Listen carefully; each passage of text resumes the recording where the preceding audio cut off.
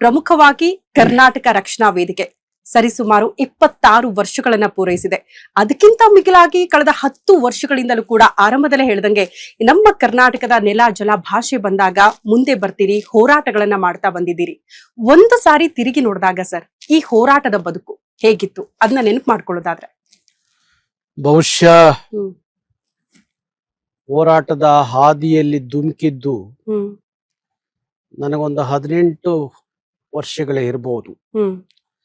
ನನಗೆ ಆವತ್ತಿನ ವಯಸ್ಸು 18.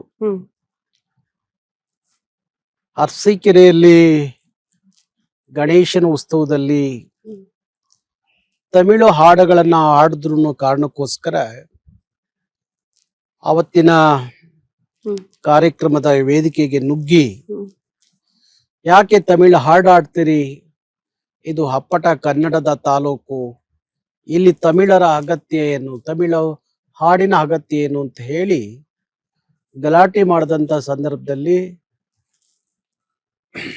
ಅವತ್ತು ಅರಸೀಕೆರೆ ನಗರ ಪೊಲೀಸ್ ಠಾಣೆಯ ಸಬ್ ಇನ್ಸ್ಪೆಕ್ಟರ್ ಮಹಾದೇವ್ ಅಂತ ಹೇಳಿ ನನ್ನ ತಗೊಂಡೋಗಿ ಲಾಕಪ್ ಅಲ್ಲಿ ಇಟ್ಟು ಸಿಕ್ಕಾಬಟ್ಟೆ ಹೊಡೆದು, ಆಮೇಲೆ 2 ದಿವಸದ ನಂತರ ಯಾರೋ ನನ್ನ ತಂದೆಯ ಸ್ನೇಹಿತರು ನನ್ನ ಬಿಡಿಸ್ಕೊಂಡು ಮನೆಗೆ ಕರ್ಕೊಂಡು ಹೋದಾಗ ಮನೆಯಲ್ಲಿ ಬಹುಶಃ ಆ ದಿನವನ್ನ ಇವತ್ತು ನೆನೆಸ್ಕೊಂಡ್ರೆ ಭಾರಿ ರೋಮಾಂಚನ ಅನ್ಸುತ್ತೆ. ನಮ್ಮ ತಂದೆ ಭಾರಿ ಶಿಸ್ತಿನ ಮನುಷ್ಯ. ಅವ್ರಿಗಿದೆಲ್ಲ ಬೇಕಾಗಿರ್ಲಿಲ್ಲ. ಓದಬೇಕು, ಮನೆ ಕೆಲಸ ಮಾಡಬೇಕು, ಮತ್ತೆ ಮನೆಯಲ್ಲಿ ಇರಬೇಕಷ್ಟೆ. ಅದು ಬಿಟ್ರೆ ಯಾವುದೇ ಊರು ಉಸ್ತುವಾರಿ ನಿನಗೆ ಬೇಡ ಅನ್ನೋ ಮಾತನ್ನ ಅನೇಕ ಸಂದರ್ಭದಲ್ಲಿ ಹೇಳೋರು.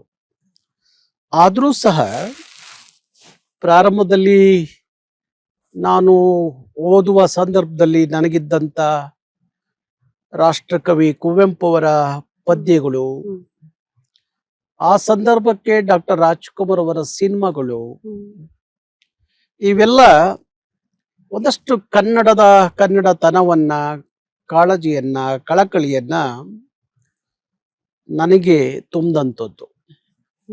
ಹಾಗಾಗಿ ಕನ್ನಡದ ಪ್ರೀತಿ, ಅಭಿಮಾನ, ಕಾಳಜಿ ಅಲ್ಲಿಂದ ಪ್ರಾರಂಭ ಆಗಿ ಕೊನೆ ಹಂತಕ್ಕೆ ಅರಸೀಕೆರೆಯಲ್ಲಿ ನಡೆದಂತ ಒಂದು ಘಟನೆಯಿಂದಾಗಿ ಪೊಲೀಸ್ನವ್ರ ಕೈಲೂ ಒದೆ ತಿಂದು, ಮನೆಯಲ್ಲೂ ಒದೆ ತಿಂದು, ಇಂಥ ವಾತಾವರಣದಲ್ಲಿ ಇರ್ಬೇಕಾ ಅಂತ ಹೇಳಿ ಮನೆ ಬಿಟ್ಟು ಬಾಂಬೆಗೆ ಹೊರಟೋಗ್ತೀನಿ.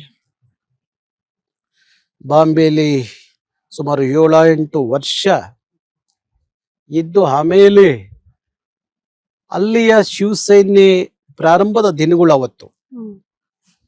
ಅದನ್ನ ಗಮನಿಸಿದಾಗ ಇವರು ಇಲ್ಲಿ ಮಹಾರಾಷ್ಟ್ರದಲ್ಲಿ ಮರಾಠಿಯ ರಕ್ಷಣೆಗಾಗಿ ಇಷ್ಟೊಂದು ದೊಡ್ಡ ಚಳವಳಿ ಮಾಡುವಾಗ ಕರ್ನಾಟಕದಲ್ಲಿ ಯಾಕೆ ಇವತ್ತಿಗೂ ಬೇರೆ ಬೇರೆ ಭಾಷೆಗಳ ಪ್ರಭಾವ ಆ ಪ್ರಾಂತ್ಯಗಳಲ್ಲಿ ಹೆಚ್ಚಿದೆಯಲ್ಲ, ಇದಕ್ಕೇನಾದ್ರೂ ಮಾಡಬೇಕಲ್ಲ ಅಂತ ಹೇಳಿ ಬಾಂಬೆಯನ್ನ ತೊರೆದು ಕರ್ನಾಟಕಕ್ಕೆ ಬಂದಾಗ 1999ರಲ್ಲಿ ಕರ್ನಾಟಕ ರಕ್ಷಣಾ ವೇದಿಕೆಯನ್ನ ಕಟ್ತಂಥದ್ದು.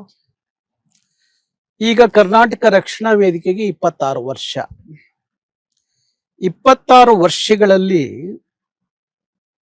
ನಾನು ಅನುಭವಿಸಿದಂತ ಕಷ್ಟ, ನಷ್ಟ, ದುಃಖ, ದುಮಾನಿ ಇವನ್ನೆಲ್ಲವನ್ನ ಬಹುಶಃ ಬೇರೆ ಯಾರಾದ್ರೂ ಅನುಭವಿಸಿದ್ರೆ ಕನ್ನಡಕ್ಕೆ, ಕರ್ನಾಟಕಕ್ಕೆ ಯಾವತ್ತೋ ಒಂದು ನಮಸ್ಕಾರ ಹಾಕಿ ಎಲ್ಲ ದೂರ ಹೋಗ್ಬಿಡ್ತಿದ್ರು ಏನೋ ಗೊತ್ತಿಲ್ಲ. ಆದ್ರೆ ಆ ಕನ್ನಡದ ಕಾಳಜಿ, ಅಭಿಮಾನ ಎಂತ ಕಷ್ಟ, ನಷ್ಟ, ದುಃಖ ಇದ್ರೂ ಸಹ ಅದು ನನಗೆ ಹೆಚ್ಚಾಗ್ತಾ ಹೋಯ್ತೋ ಹೊರತು ಕಡಿಮೆ ಆಗಿದ್ದೇ ಇಲ್ಲ. 26 ವರ್ಷದಲ್ಲಿ ಸಾವಿರಾರು ಹೋರಾಟಗಳು, ನೂರಾರು ಪ್ರಮುಖವಾದಂತ ಚಳವಳಿಗಳನ್ನ ಸೃಷ್ಟಿಗೆ ಕಾರಣವಾಗಿದ್ದು ಕರ್ನಾಟಕ ರಕ್ಷಣಾ ವೇದಿಕೆ. ಅದು ಉದ್ಯೋಗದ ವಿಚಾರ ಇರ್ಬೋದು, ನೆಲಜಲಗಳ ವಿಚಾರ ಇರ್ಬೋದು, ಭಾಷೆಯ ವಿಚಾರ ಇರ್ಬೋದು, ಕನ್ನಡಿಗರ ಬದುಕಿನ ವಿಚಾರ ಇರ್ಬೋದು. ಇಂಥದ್ದೆಲ್ಲವನ್ನ ನಾವು 26 ವರ್ಷ ಅನೇಕ ಬಾರಿ ಸುಮಾರು 7-8 ಬಾರಿ ಜೈಲುವಾಸವನ್ನ ಅನುಭವಿಸ್ದೆ. 100 ಕೇಸುಗಳು ಆಯ್ತು. ಏನೆಲ್ಲ ತೊಂದರೆಗಳು ಆದ್ರೂ ಸಹ ಕನ್ನಡತನ ನನ್ನಲ್ಲಿ ಇನ್ನೂ ಹೆಚ್ಚಾಯ್ತು ಹೊರತು ಕಡಿಮೆ ಆಗ್ಲೇ ಇಲ್ಲ. ಅದು ಆಗುದೂ ಇಲ್ಲ. ಆ ಕಿಚ್ಚು ನನಗಷ್ಟೇ ಇದ್ರೆ ಸಾಲದು.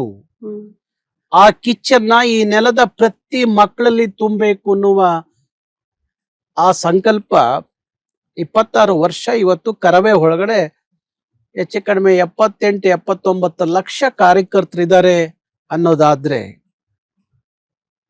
ಯಾವ ರಾಷ್ಟ್ರೀಯ ಪಕ್ಷಗಳು ಅಂತ ಹೇಳ್ಕೊಳ್ಳುವಂತ ಕಾಂಗ್ರೆಸ್ ಬಿಜೆಪಿಯಲ್ಲೂ ಸಹ ಅಧಿಕೃತವಾದಂತ ಅಷ್ಟೊಂದು ಕಾರ್ಯಕರ್ತರು ಇಲ್ಲದ ಸಂದರ್ಭದಲ್ಲಿ ಇವತ್ತು ಕರ್ನಾಟಕ ರಕ್ಷಣಾ ವೇದಿಕೆಯಲ್ಲಿ ಆ ಮಟ್ಟದ ಕಾರ್ಯಕರ್ತರು ಕೆಲಸ ಮಾಡ್ತಾರೆ ಅಂದ್ರೆ ಅಲ್ಲಿ ನಾಯಕತ್ವ ಭಾರಿ ಇಂಪಾರ್ಟೆಂಟ್ ಆಗತ್ತೆ.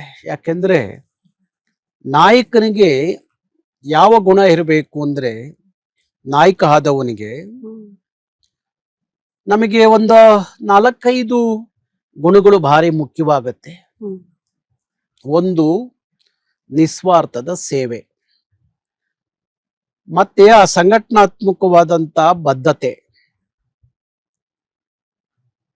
ಹಾಗೆಯೇ ನಮಗಿರ್ಬೇಕಾದಂತ ಕಾಳಜಿ, ಮತ್ತೆ ಎಷ್ಟೇ ಬಂಡೆ ಅಂತ ಮನಸ್ಸಿದ್ರೂ ಸಹ ತಾಯಿ ಅಂತ ಹೃದಯ ಒಬ್ಬ ನಾಯಕನಿಗೆ ಬೇಕಾಗತ್ತೆ. ಅವೆಲ್ಲ ಇದ್ದಾಗ ಮಾತ್ರ ನಾವು ಏನಾದ್ರೂ ಸಾಧನೆ ಮಾಡ್ಲಿಕ್ಕೆ ಆಗುತ್ತೆ. ಯಾರಾದ್ರೂ ನಮ್ಮನ್ನು ನಂಬಿ ನಮ್ಮ ಜೊತೆಲಿ ನಿಂತ್ಕೊಳ್ಳಕ್ ಸಾಧ್ಯ ಆಗತ್ತೆ.